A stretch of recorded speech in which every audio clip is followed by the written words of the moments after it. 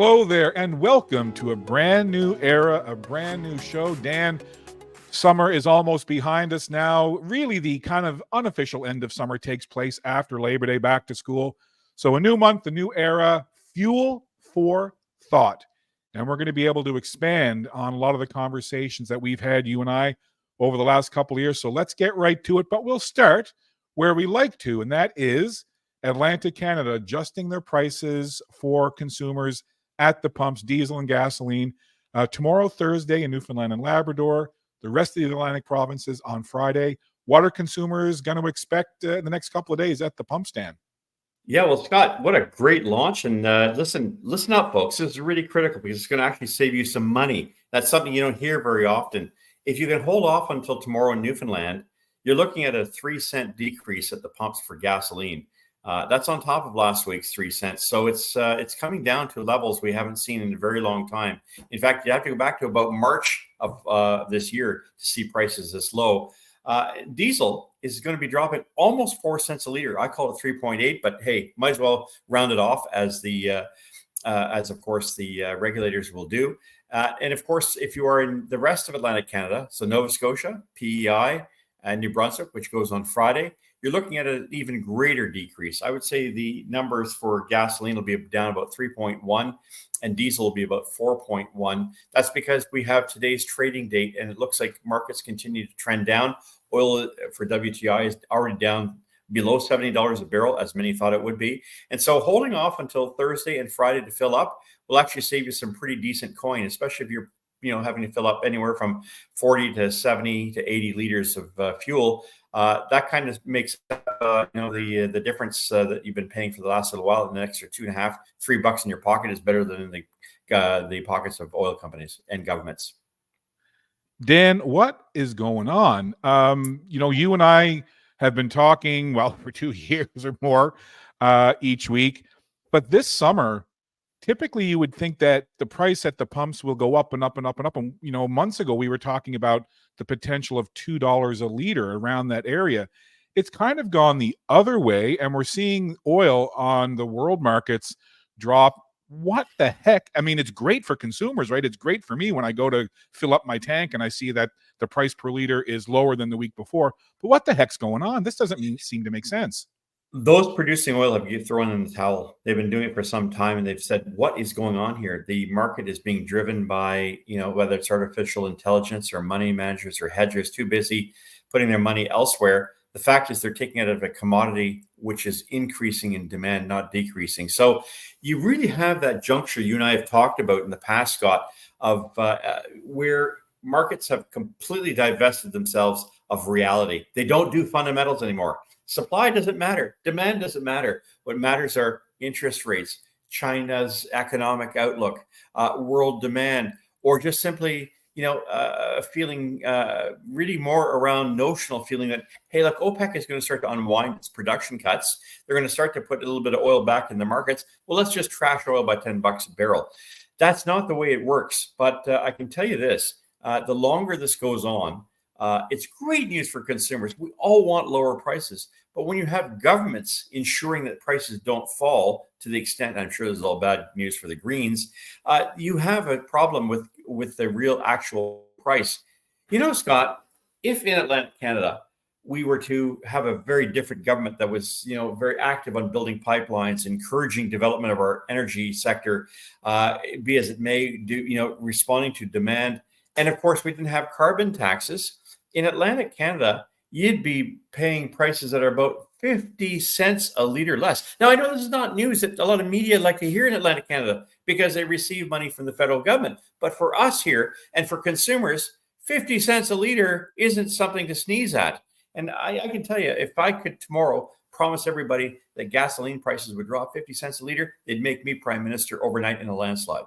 Dan, I'd vote for you. And you're absolutely right. From my perspective as a consumer, even 3 or 4 or 5 cents a liter, when I'm putting 50 or 60 liters in my car, in my head, I'm like, oh, I just saved enough for a 2 liter of milk or a loaf of bread or some butter. It's all about where you're able to save and then use it elsewhere. Imagine if we were paying $1 a liter. Dan, I know that there's a lot of folks who wouldn't like that because it means that folks would drive more. but I've said this to you before. The price of gas doesn't make me drive less. I have to drive where I have to drive. I don't drive indiscriminately. I drive where I need to drive. So when the price is up, it costs me more. When the price is down, it costs me less and gives me more money to spend elsewhere. How come it seems so hard to get that through some people's heads that actually lower prices at the pumps isn't necessarily a bad thing?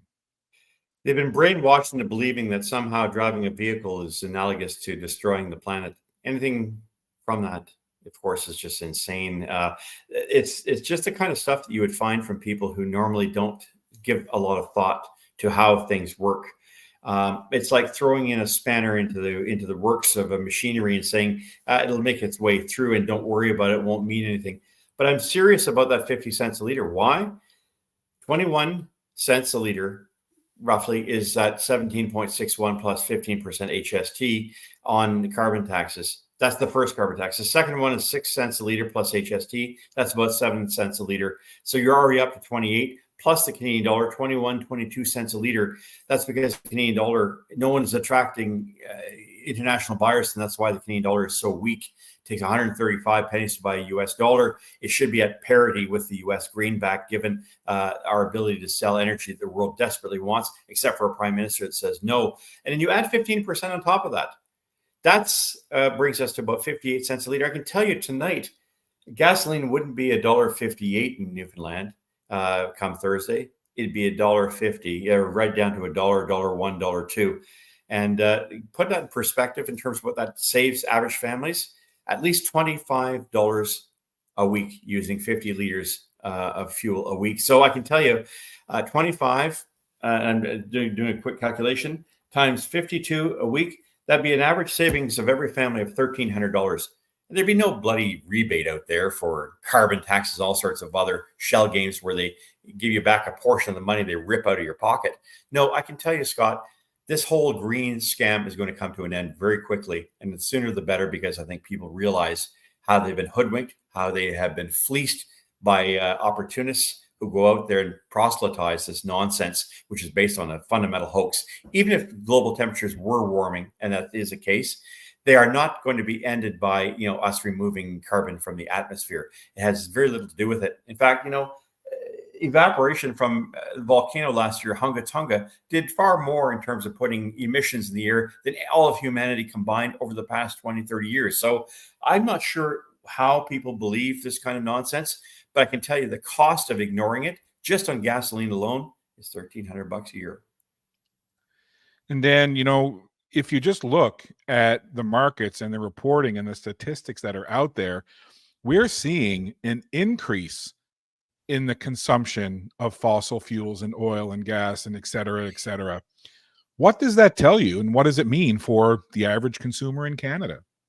It means that oil isn't going away. You still need fossil fuels, and you still need it to build your electric vehicles and your electric grid. You can't do without it. Mining, copper, building transformer boxes, building vehicles, all take graphite, aluminum, smeltering, takes all sorts of energy to create these things, and they are not done in a vacuum or in a world of magic and make-believe. What it tells me, of course, is that we're going to continue to see oil right till the 2050s remain at very substantial levels of 105 to 107 million barrels used a day. We're at about 102 right now. Worst part of this, though, is that it's not being replaced. The oil that we're using today is not being redeveloped, is not being, resourced, it's not being researched, it's not being, discovered to replace what we're using. So as a result, you're starting to see this growing gap, and it's a very scary gap in which maybe the world is getting about 2/3 of the oil today that it's using is being replaced. That means we continue to have this wider, ever wider decrease, a deficit, if you will, in oil supplies for the future. And that is because of divestment from the, from green wokesters and divestment capitalists, ESG advocates. These businesses have no interest in consumers. They're simply following the leader because they know there are penalties that are out there. But those penalties will soon come to an end as reality of governments, not just in Europe, but in Canada and the United States now start to focus and pivot back towards reality that'll leave a lot of these green programs stranded and in a lurch. And I can tell you, Scott, from experience, I know many people come to me and say, I made investments in these green things. Someone told me the other day, Electra battery. I put $10,000 of my hard-earned money in this thing. It's now worth 10 cents on the dollar. Look, if people want to believe that the grift and the graft can continue, by all means do it. But this country is in very serious financial trouble, as is the North America. Borrowing money to try to change the economy and to try to shift the engines while simply is a little bit like trying to build a plane while you're flying it. It can't be done. And Dan, just to remind people, 18 years as a member of parliament in the halls of power in Ottawa. You got a thing or two about what you're talking about. So that's why I'm so glad to be able to chat with you each week. And Dan, something else, talking about electric vehicles, right? We know here in Canada how big a push we're getting from Prime Minister Trudeau and the Minister of Environment and Climate Change and whatever other titles he has, Stéphane Guilbeault. Electric cars, electric cars, electric cars. Well, you know what? If I wanted to buy an electric car, I would want to find the cheapest one, right? Certainly I want it to be good, but I want it to be cost effective and as cheap as possible for me. And it would seem that China would be producing the cheapest electric vehicles. What's Canada do? Let's put 100% tariff on Chinese EVs to make it way more expensive for a Canadian to buy it. We want a Canadian to buy it, but we're going to make the cheaper ones more expensive to get you to buy the Canadian ones that are more expensive. Anyway, it's very convoluted. So I'm mentioning this because now China has said that they're looking into probing dumping or some kind of weird situation with canola oil. And I'll read you a post. There's been a few of them, but from someone that we've spoken to previously, Dr. Sylvain Charlebois, and his post to do with a couple, but Ottawa spent nearly $50 billion on the EV sector and has now imposed tariffs on Chinese EVs, arguing that supporting Canadian-made EVs is more important than allowing cheaper Chinese models into the market, even at the expense of Canadian farmers. That's the strategy in a nutshell. And again, that's from Sylvain Charlebois. Dan, what do you make of this? Did they think that China was just going to sit idly by and go, oh, no problem, put 100% tariffs on our cars, no sweat? What do you make of this as someone, again, that was a parliamentarian for 18 plus years? A green policy on electric vehicle mandates that have demonstrated once again their very ugly side of what happens when you don't look before you leap. Look, you have supported a government, or we have supported a government that basically went out, as Dr. Charlebois quite rightly pointed out, spent $52 billion to get $19 billion in investments back. That's a lousy deal. And that means our children will have to pay that debt in years to come. In fact, there's no plan by this government to actually balance the books so that we can start paying down that debt until 2040. In the meantime, they want to force us into vehicles that are both costly, useless for most Canadians, and take a lot of products from us in other ways that we don't possibly comprehend. One, there's no real good used car market for EVs. Second, extraordinarily expensive to maintain. The cost of tires wear a lot faster on a heavier EV. They have to eventually be taxed. And of course, the electrical infrastructure to keep these things going. I'm not just talking about building new electrical plants or hydro plants. I'm talking about the actual, what goes in between from your house all the way back. I mean, this is not a very smart policy. China, almost 20 years ago, made a policy. It had decided, hey, look, there's no future in us trying to build internal combustion engines. Yes, we will build them here in China and we will service that market. In the meantime, we will become experts and we will become proficient at battery technology, which they have become. We're in some cases, like for instance, Ford uses the CATL battery technology. That's owned by China. So we're kidding ourselves if we think we can actually catch up with them, in just a few short years by sprinkling billions of dollars that we don't have, not just in Canada. The United States has has to own up to the fact that it implemented or allowed the Biden Democrats to implement the IRA, the Inflation Reduction Act, and that's at $2 to $2.5 trillion. $1 trillion of that comes directly in subsidies to green fanatical ideas, including EVs, which they're going to have to pare down and draw back. Why? because auto manufacturers are saying the same thing. Scott, you and I talked about Toyota, the company I work for, saying the world penetration will never be more than 30% for EVs. Yes, it has some niche, utility, but the internal combustion engine is going to be around for a very, very long period of time, but made better with better technologies, better emissions on those technologies, as well as mating them with things like hybrid, and to an extent even some hydrogen. All of these things mean that putting all our eggs in one basket was delusional. And that's the best way to describe the NDP Liberal Green Coalition in Ottawa. Delusional. And it's cost you and I and our children, our grandchildren, their prosperity for decades to come. That's how ridiculous this was. And I, as a Liberal member of Parliament of 18 years, cannot countenance and sit by idly and not call this off. I called it off last year, 2 years ago, 3 years ago. In fact, I was at the Ford plant not too long ago, not far from here in Oakville, and said this place will never build an EV. And sure enough, it's not. It's building Super Duty F-250s, which is what the world wants, which is what the world needs, which responds to our own domestic issues. As for blocking China, good luck with that. You're now basically saying, in order to make the United States happy, not to get the United States to sanction us, we're going to get sanctions of $5 billion. And that's only the beginning on our canola. There's more in store. And as the days go on, the drip drop of what China plans to do is going to be very damaging.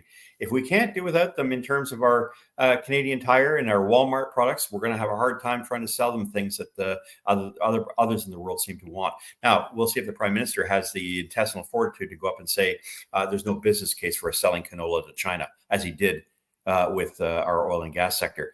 Look, if people have been ridiculous and stupid and spoon-fed into believing this policy was a great idea, you need your heads bloody given well a shake. And I think tell you right now, if people don't wake up and smarten up quickly and dump this government, the rest of the world is going to dump on us. Well, that leads me into the final thing I wanted to chat with you about: poll numbers. Numbers just coming out today, and not good if you're a sitting Liberal pretty much anywhere in the country. I believe about 21% support right now. Dan, again, you were a sitting member of a Liberal government. If you were right now a sitting member of the Liberal government and you saw those polling numbers come out, what would your first thoughts be? 2010, 2011. I wasn't one of those who thought the government should fall at that time, but my leadership under Michael Nash thought it would be a brilliant idea. We went into that election with 25, 26%. So 4% higher than we are now. We wound up with 18, 19%. I alone won 37%, but it wasn't enough in my own riding to hold on. And that's fine. This really means the Liberal Party will be down to its below its bedrock of 14, 15%. And I can only assume that those are people who are shut-ins, who are not familiar with what's happening around the world, or bureaucrats who receive jobs as the government has tried to substitute poor labor numbers for government jobs in order to prop up that kind of news analysis. I think it's over for the Liberal Party. I will be in a debate next week with my good friend Stephen LeDrew and a few others to argue the point that I think the Liberal Party, as we know it in name, will die after the election, and will resurrect perhaps under a different name, perhaps merging with the NDP. But I think these numbers are very telling, and I don't think it's the end. I don't think Liberals can hold on another year. They've waited too long. It's too late for them to make amends. They've ruined the economy. They've ruined the country. And as a result, I think Canadians are not going to be in a very forgiving mood when they're given an opportunity to come in the election. By the way, the news isn't good for the NDP either. We know that Jagmeet Singh, supports Trudeau every step of the way, despite his protests and claims otherwise. I think the numbers are suggesting there could be a wipeout for the NDP. I'd be surprised to see Liberals with more than 50 seats with these numbers, and I'd be very surprised to see the NDP with more than 20 seats. Together, 70 of them can now decide what kind of future they want to cobble, and it looks like it's going to have to be together. Dan, as an election approaches, it could be as far away as a year or so, but it could come sooner. All the more reason to have fuel for thought, to talk about not only what's happening with energy markets, but to look at what's happening in Canada right across the board, Dan. That's why I'm so glad that we are able to do this each week and expand our horizons and talk about even more. It's always great to have your expertise, but Dan, when you're not hanging out with me, which I love, by the way, I can sit here, have my coffee, chat, but when you're not with me, where can folks connect with you, find you, interact with you? Yeah, well, look, All this began with us compromising affordable energy in Canada. Now we have a mess on our hands, as we predicted. But if you need to reach out, look at some of the work that I've done in the past, the warnings that you and I have talked about, Scott, president@affordableenergy.ca, or you can always interact with me. I do like that from time to time. Gas Wizard or Gas Price Wizard is probably the best way in order to get the quick and dirty, as far as 200 characters that I usually publish when I do a response or less. Those are the two best ways, and let's keep this discussion. But the best dialogue is the one you and I just had here, because it's fresh, it's up to date, and nowhere in Atlantic Canada do you have the numbers on gasoline pricing over the next couple of days, except here. Dan, always a pleasure to speak with you, sir. Enjoy the weekend ahead as the temperatures get a little chillier, the leaves turn color. Kind of my favorite time of year, September, October. So enjoy the rest of your week. Have a wonderful weekend ahead, and let's get together and have some more fuel for thought next week. Let's do that, Scott. Looking for more fuel for thought when we do this again. Thanks, Dan.